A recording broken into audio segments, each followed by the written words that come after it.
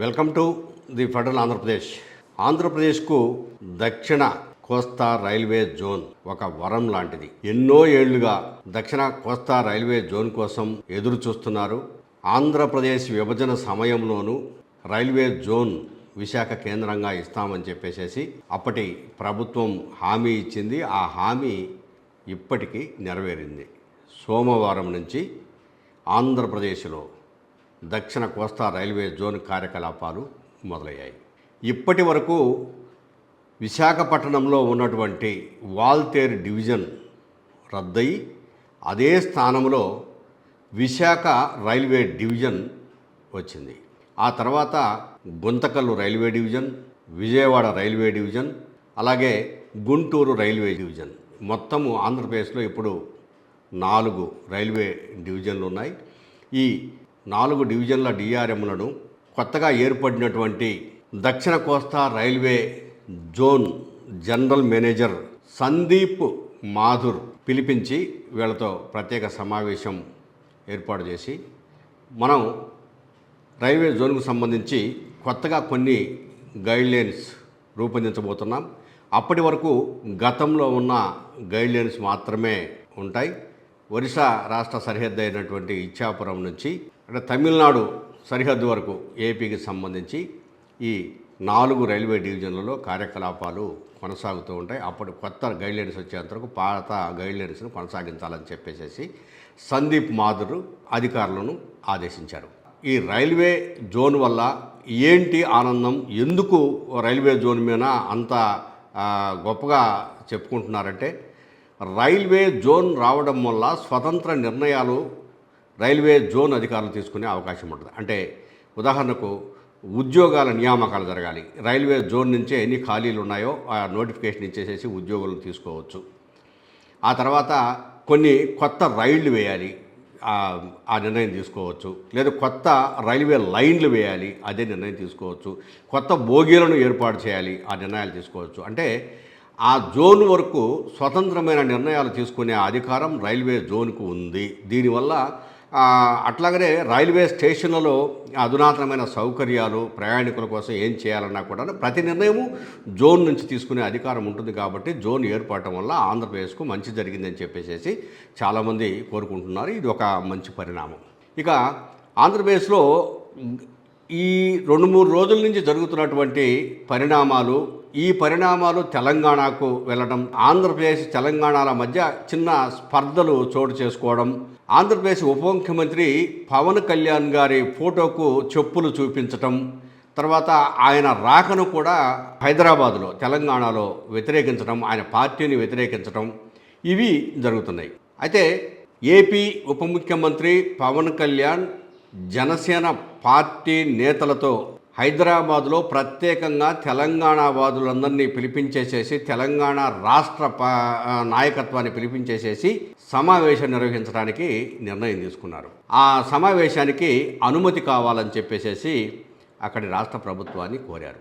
రాష్ట్ర ప్రభుత్వం అనుమతి ఇవ్వడానికి నిరాకరించింది. అయితే వీళ్ళు కోర్టును ఆశ్రయించారు. జనసేన పార్టీ వాళ్ళు కోర్టును ఆశ్రయించారు, మాకు అనుమతి కావాలి అని చెప్పేసి. పవన్ కళ్యాణ్ మంగళవారం రోజు అంటే ఈరోజు ఆయన ట్విట్టర్ వేదికగా స్పందించాడు. కనీసం నా ఇంట్లోనైనా 3:30 నుంచి 4:30 దాకా పార్టీ సమావేశం నిర్వహించుకోవడానికి అనుమతి ఇస్తారా లేదా అంటూ వ్యంగ్యంగా క్వశ్చన్ చేశాడు. అసలు పవన్ కళ్యాణ్కు ఎందుకు ఈ పరిస్థితి ఏర్పడింది? హైదరాబాదులో ఉన్నవాళ్ళు, తెలంగాణ వాదులు పవన్ కళ్యాణ్ను ఎందుకు వ్యతిరేకిస్తున్నారనేది ఇక్కడ చాలామంది ఆలోచించే అంశం.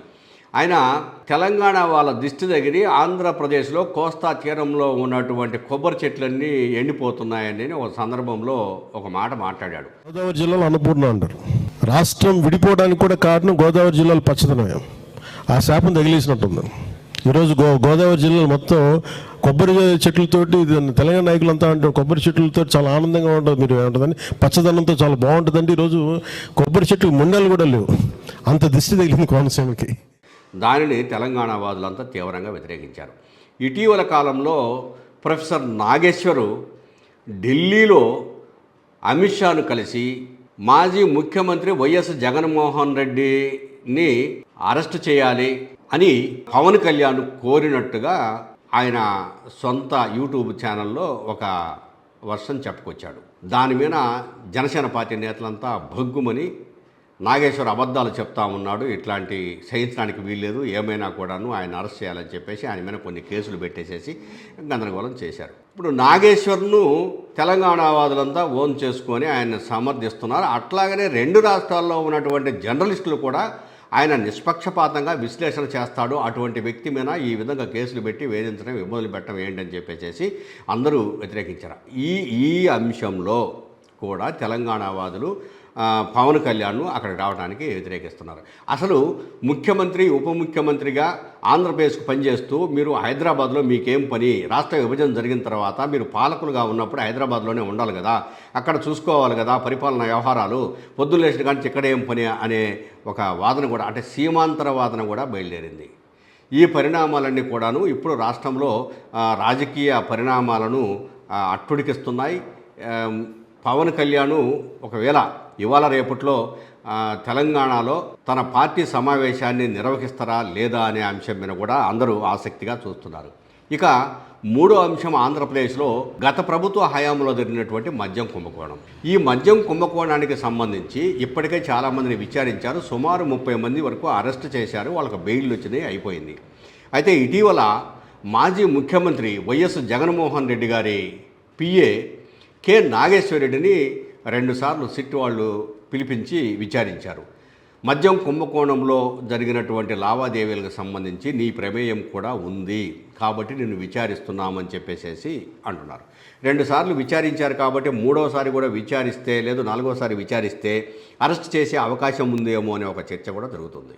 ఇప్పటికే మాజీ ఎమ్మెల్యే చెవిరెడ్డి భాస్కర్ రెడ్డి భార్యను, ఆయన కుమారుణ్ణి కూడా 3 రోజుల క్రితము సిట్ వాళ్ళు విచారించారు. ఇందులోకి ఈడీ కూడా ఈ రంగంలో ఉంది కాబట్టి ఈడీ మనీ లాండరింగ్ ఎలా జరిగింది ఏందనే దాని మీద కూడా విచారణ జరుగుతుంది.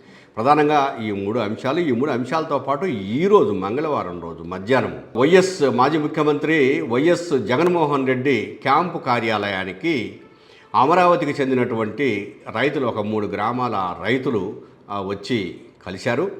వాళ్ళందరూ కూడాను ఒకటే ఒక మాట చెప్తున్నారు, బలవంతంగా మా భూములు ల్యాండ్ పూలింగ్ కింద తీసుకుంటున్నారు, మేము ల్యాండ్ అక్విజిషన్ కింద తీసుకోమని ఇంతకుముందు ఎన్నోసార్లు చెప్పాము, అయినా కూడా తీసుకోలేదు, ఇప్పుడు బలవంతంగా ల్యాండ్ అక్విజిషన్ కూడా తీసుకునడానికి సిద్ధపడ్డారు, ఇన్ని రోజులు తీసుకుని వాళ్ళు ఇప్పుడు తీసుకుంటారు, ఇప్పుడు మా భూములకు విపరీతమైన వాల్యూ వచ్చింది, ఆ వాల్యూ ప్రకారం ఇప్పుడు బహిరంగ మార్కెట్లో ఎంత ఉంటే అంత కట్టి తీసుకోమనండి, కనీసము కొంతమందికి మాకు అసలు వ్యవసాయ భూములే కాదు ఉండటానికి ఇల్లు లేని పరిస్థితులు కూడా ఉన్నాయి, అట్లాంటి వాళ్లకు ఉన్నటువంటి ఒక 10 సెంట్లు 5 సెంట్ల భూమిని కూడా లాక్కోవడం అన్యాయం, దీని మీద మీరు మాకు అండగా ఉండండి అని చెప్పేసి జగన్మోహన్ రెడ్డిని కలిశారు. వాళ్ళకు అండగా ఉండటానికి ఆయన ప్రత్యేకమైనటువంటి హామీ ఇచ్చారు.